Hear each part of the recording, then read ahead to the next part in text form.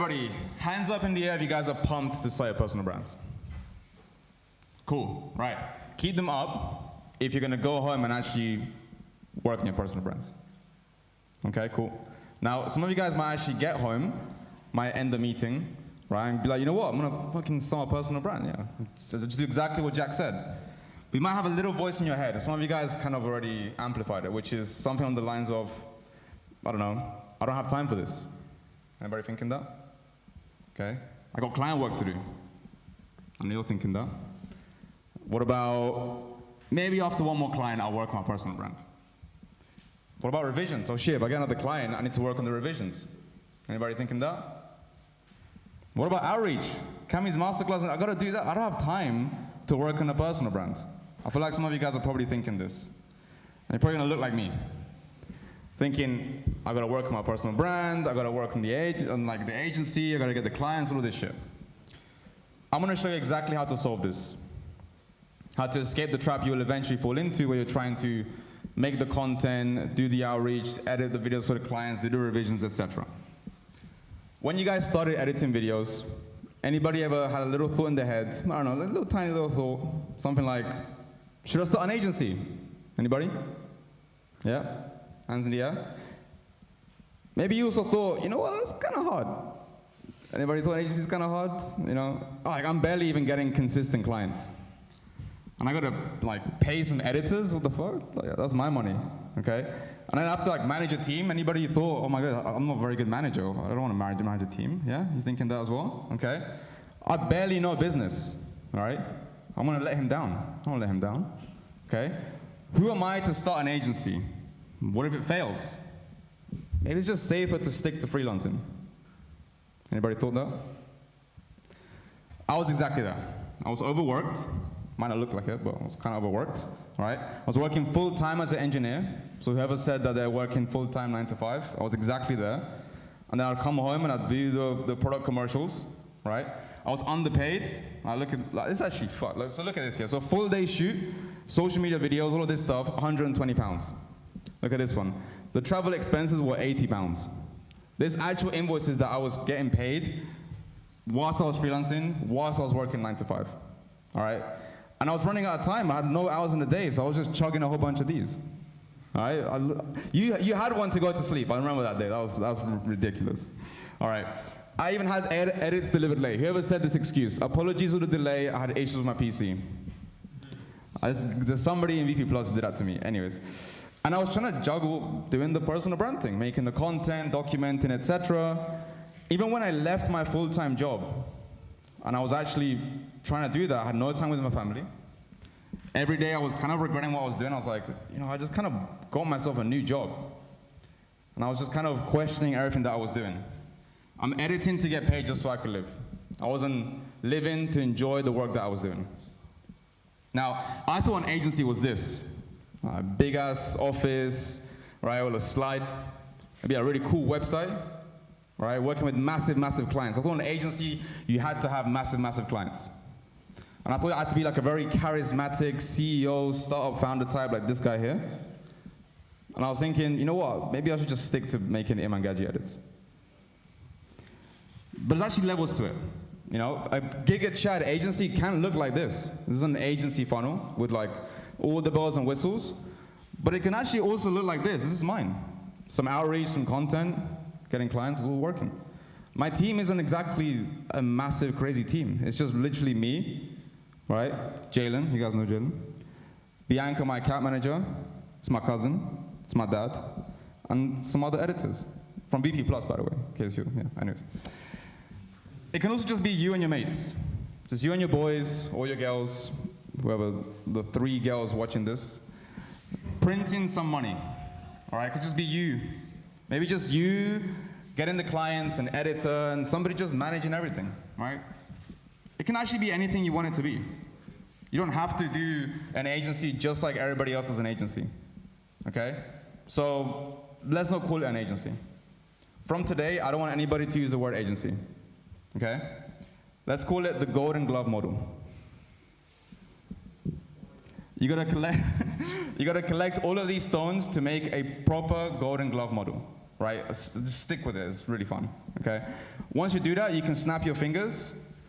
You're overworked, problems go away, low-paying clients go away, procrastination goes away. You're always editing, no time for family, that goes away.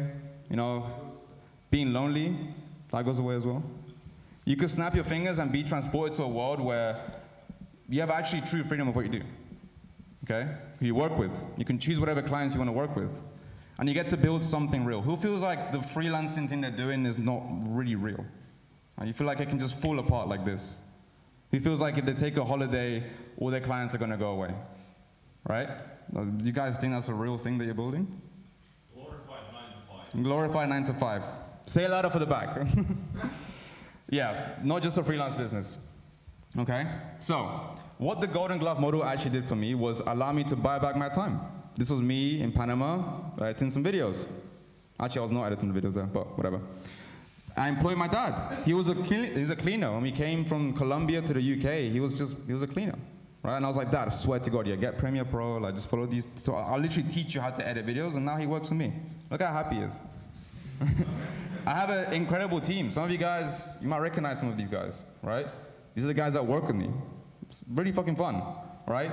I also was allowed to learn more skills, like shoot professional commercials, make more content, actually work on my personal brand without the stress of, oh shit, like, I gotta do the client work that I need to be doing, all right? Thinking with a clear mind, right? Spending crucial time with the family. You know, my parents were sick, I take a day off to be with them without having to worry about, I need to open up Premiere Pro or I also made time to give back to you guys. The reason I'm here right now is because the Golden Glove model allowed me to do that. It also allowed me to work with the big clients that I thought I had to work with. But I didn't have to work with the big clients to get here. So, if you like gaming content, visual effects, ads, Imangaji edits, or teaching, this works for you. It doesn't matter. Okay? But if you don't work towards this model, you'll be clicking your fingers like this boy, be stuck selling your time, hit a ceiling that's determined only by the hours you have in a day. You stay in the same place, 2019, 2021, same spot. So I know exactly what it's like to be the bottleneck. Okay, so the Golden Glove model, 5 infinity stones. Ignore the one on the thumb, because that'll be an extra work. But okay, 5 infinity stones. The first is the value stone. Okay, this one's actually the hardest to acquire, and most people really don't ever get it. In fact, I've tried to coach a lot of you guys on it, and you simply just don't get it. This is called an offer in marketing terms. A lot of you guys only sell a service, okay? It's like a house. We want a nice big house to get built. You guys are only the builders. A service is like, I'll clean your shoes, yeah? An offer is, you will get shiny shoes before your presentation with only 5 minutes of your time, okay? A service is, I will bring you donuts to the sofa. This is ridiculous. An offer is, your hunger will be satiated without you needing to get up from the sofa. Sounds pretty good if you ask me. A service is only worth as much as the person is willing to pay for it, right?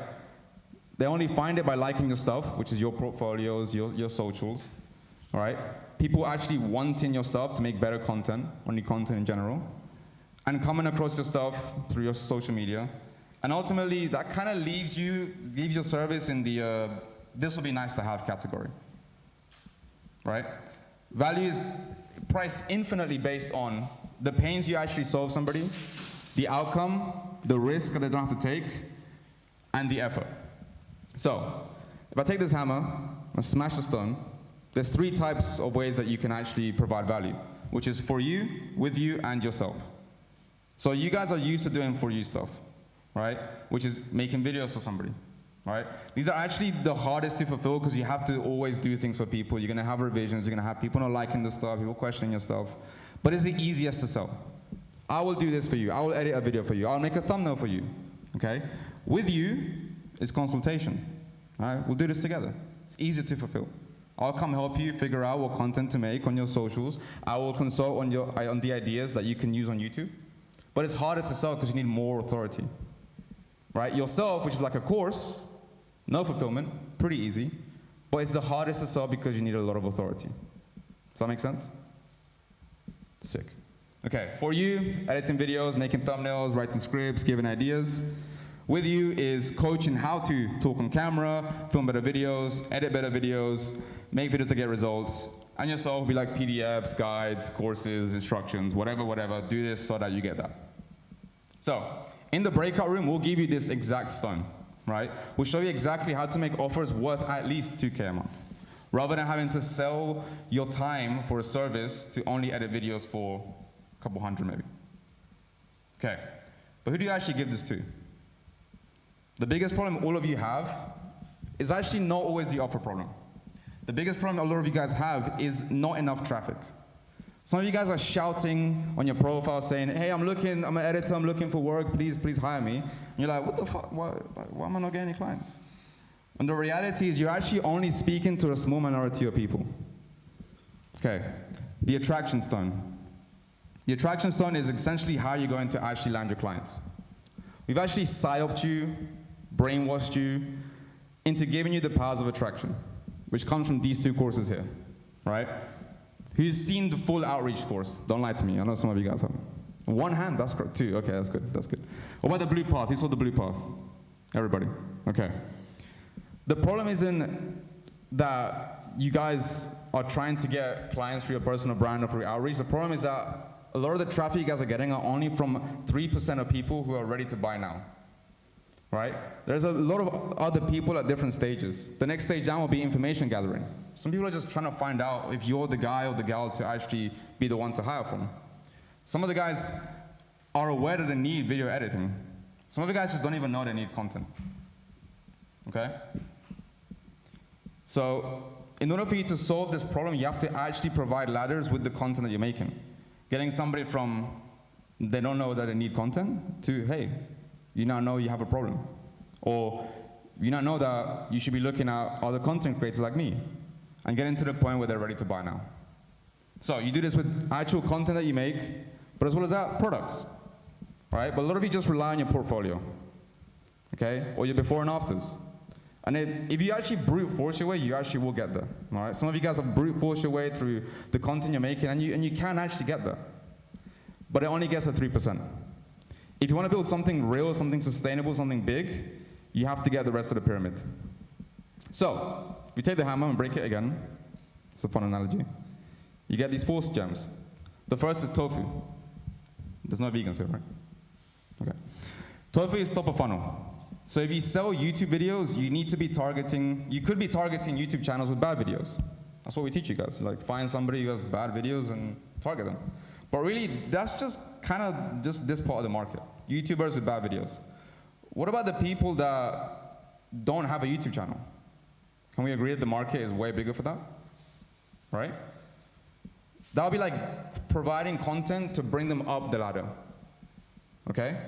And you do that with the top of funnel content, which is like, hey, you should be doing YouTube because XYZ. You should be making reels because XYZ. Some of you guys skip this because you're only targeting the people that are already making content.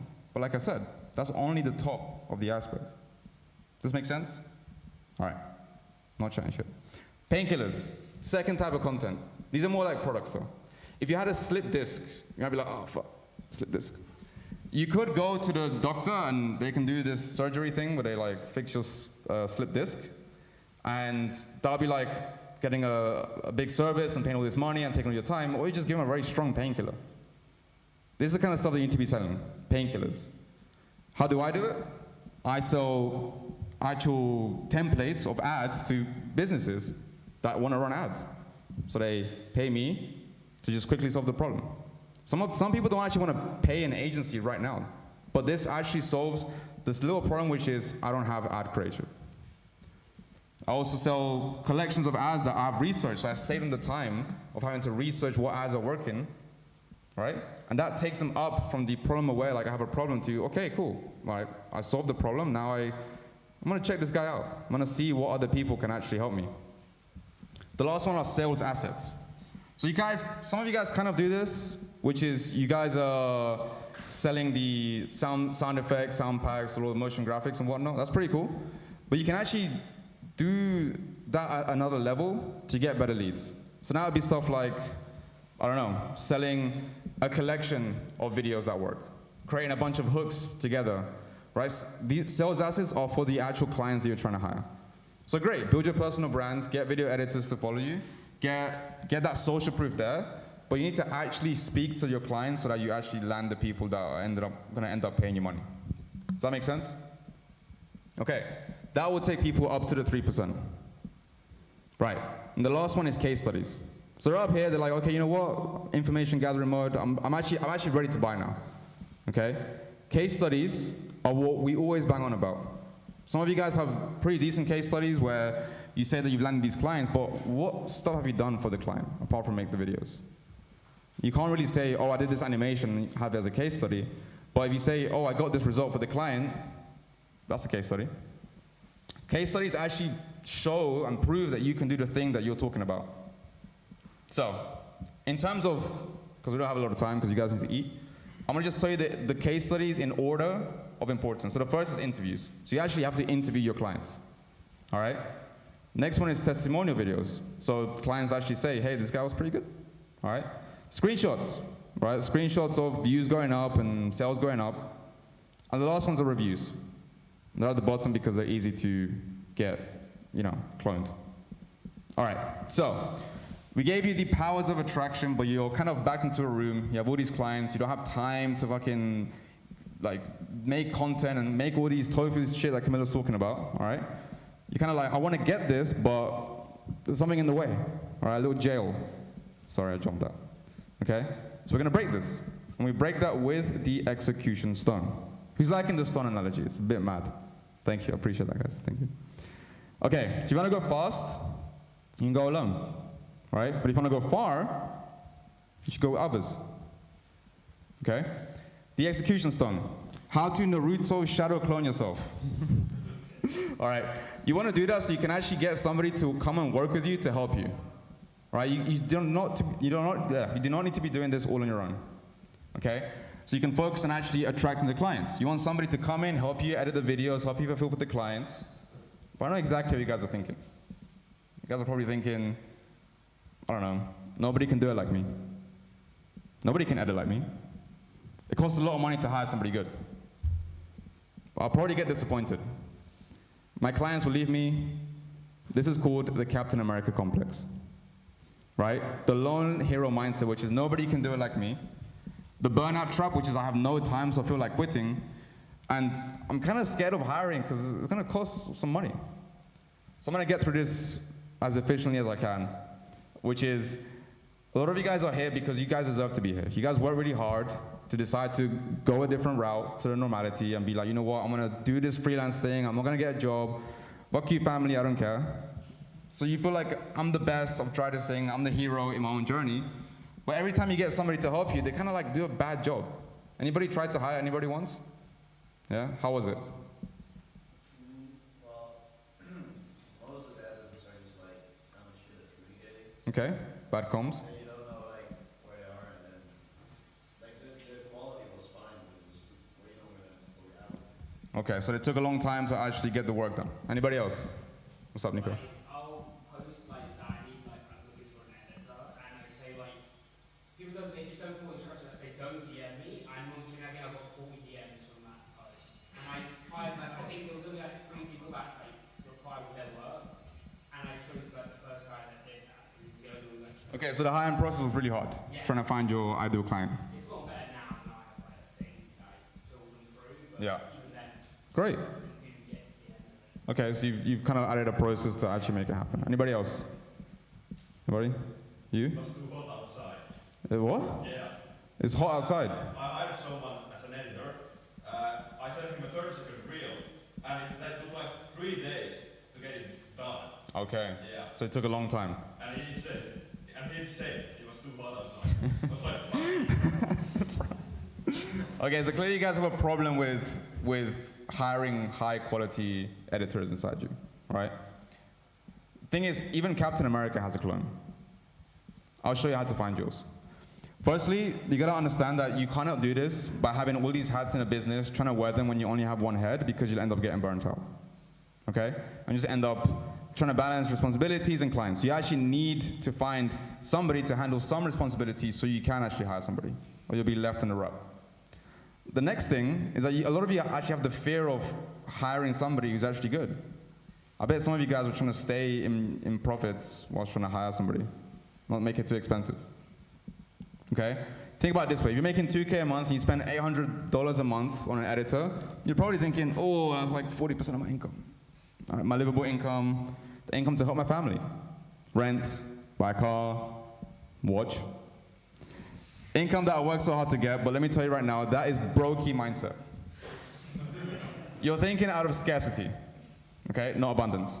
The reality is, 0 to 10K a month, you can probably do 100% profit margin. Some of you guys have, okay? You can do it all yourself, but you will burn out eventually. 10 to 20 requires capital. If you can spend 2K to make some extra 10K, sounds like a pretty good deal to me. Right? You usually hit a revenue ceiling before you have to hire people and have to hire help before you go up. I went through this the last few months. Hiring is the only thing that actually pushes your ceiling up. So when I started making videos, I wasn't even making 10K a month, and I hired my first editor, Patrick. Shout out Patrick when you watch this later.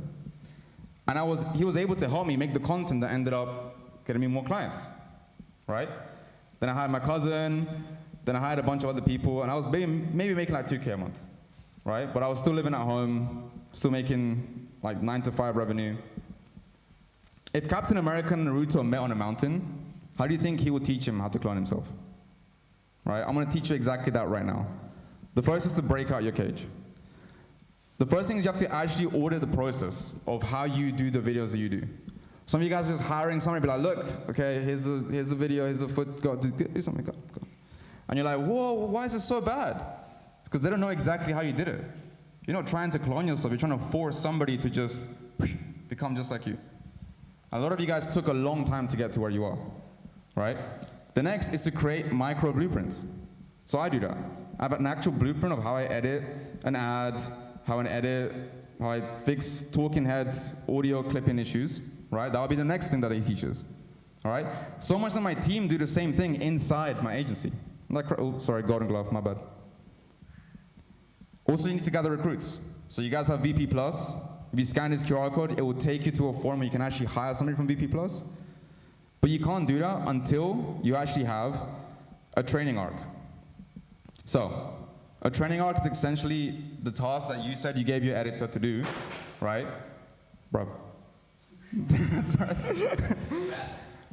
You want to give them a training arc with a time constraint, with exact expectations of what you want from them, not just rely on their portfolio. Some of you guys might take a long time working on your portfolio, making it really fancy, but if you have a task to do, maybe like a paid $40 task, that's kind of like a simulation of what you're going to do in real life. And you want to do this with a whole bunch of editors and then put them in a sheet like this and be like, you know what, this guy was pretty good with the speed, but the pacing, this one wasn't very funny, right? This guy had very good subtitles, right? And you want to actually do it like the big companies do it, which is they don't just interview, they don't even just skip to an interview, they don't just hire somebody. No, they actually have to interview them, ask them questions, do a test, sit down and be like, you know what, is this guy good? You got to do the same thing for your own thing. If you're trying to rush it to just hire somebody, you're going to end up in the same exact situations you guys are talking about. And then you interview them, right? And then you onboard them. Anybody got an onboarding system? Nice. 2 people. Great. I'm going to give you mine. So I did the same thing here when I was working for this automotive company. So I made the videos first, and then I actually made tutorials on the videos, which actually is the main reason I have a speed ramping masterclass. It wasn't just to sell a course. It was actually to teach the people inside my agency how to do that. Golden Glove. I did the same thing with a YouTuber recently, YouTube Edit. And look, the guy did exactly what I told him to do. He did a test. I picked up the right guy. I found someone who edited in a comedic style like mine, and videos they're good. Okay? The important mindset here, though, is that it's not a you work for me situation. Right? It's not a I hire you, so you work for me. You're my editor now. It's a I work for you. I hire you. I'm going to keep working so I can bring you work so that I can then go work on my personal brand, work on building systems, work on building something real. Okay? Recap. You got a value stone, right? Attraction stone, execution stone, boom. How do you actually ensure you build something stable and sustainable?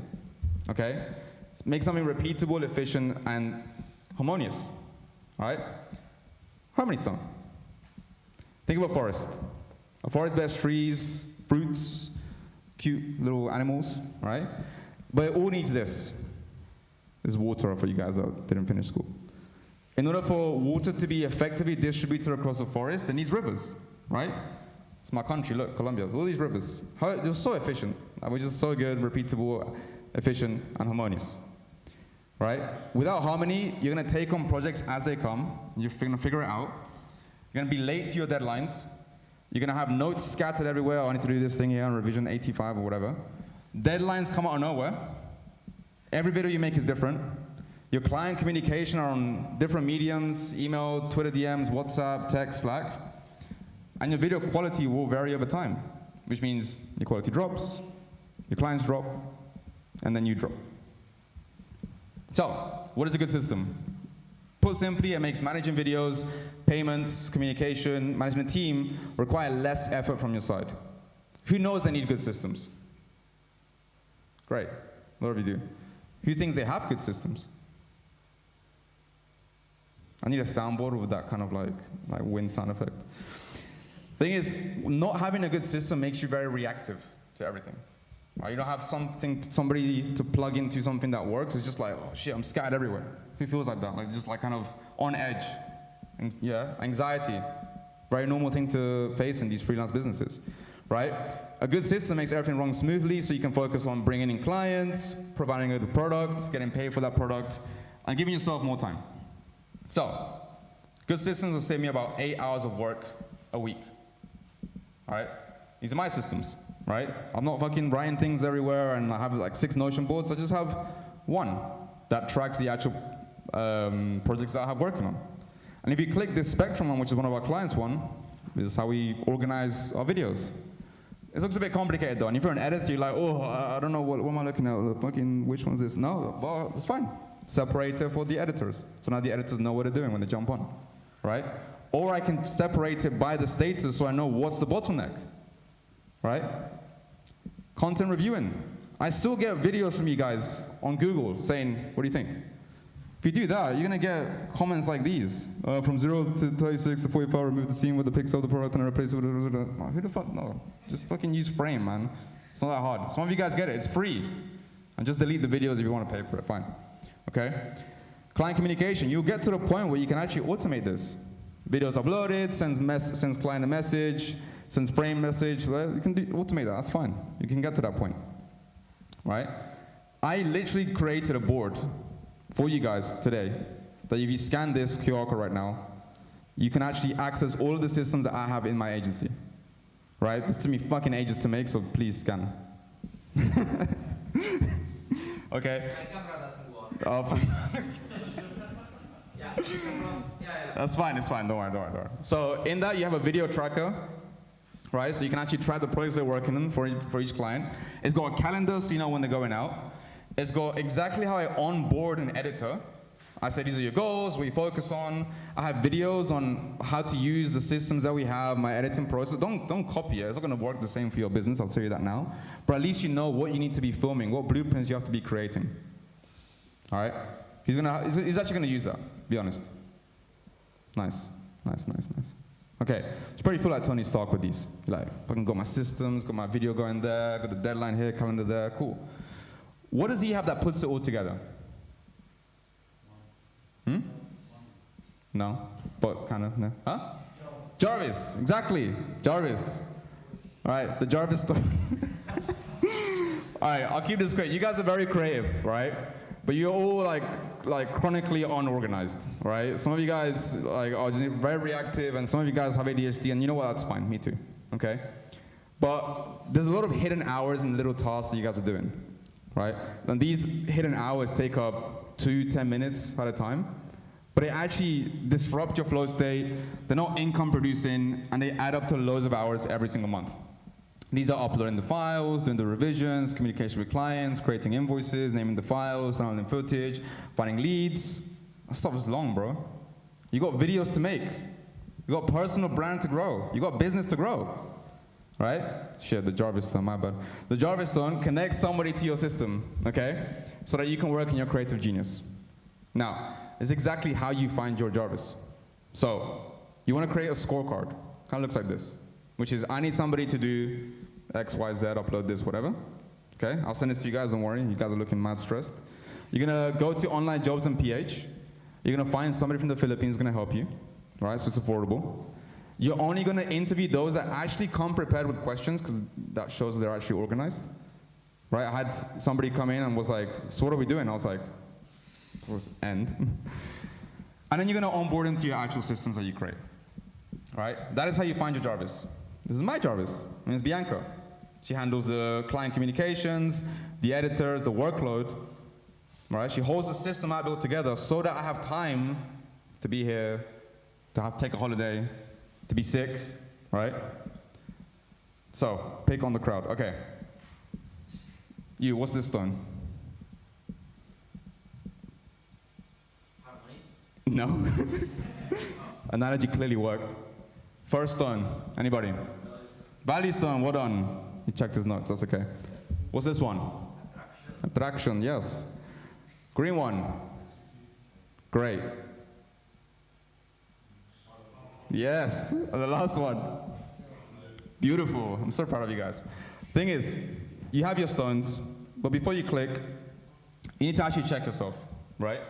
Because you need to make sure you have the correct value stone. Not choosing the correct value stone is the difference between clicking as Thanos or Iron Man. So I'll see you guys in the breakout room. Thank you very much. Lunch? Any questions for Jamie? Can we go for lunch? Yeah, you can come and ask me questions in the networking, yeah. Or you want to do it live?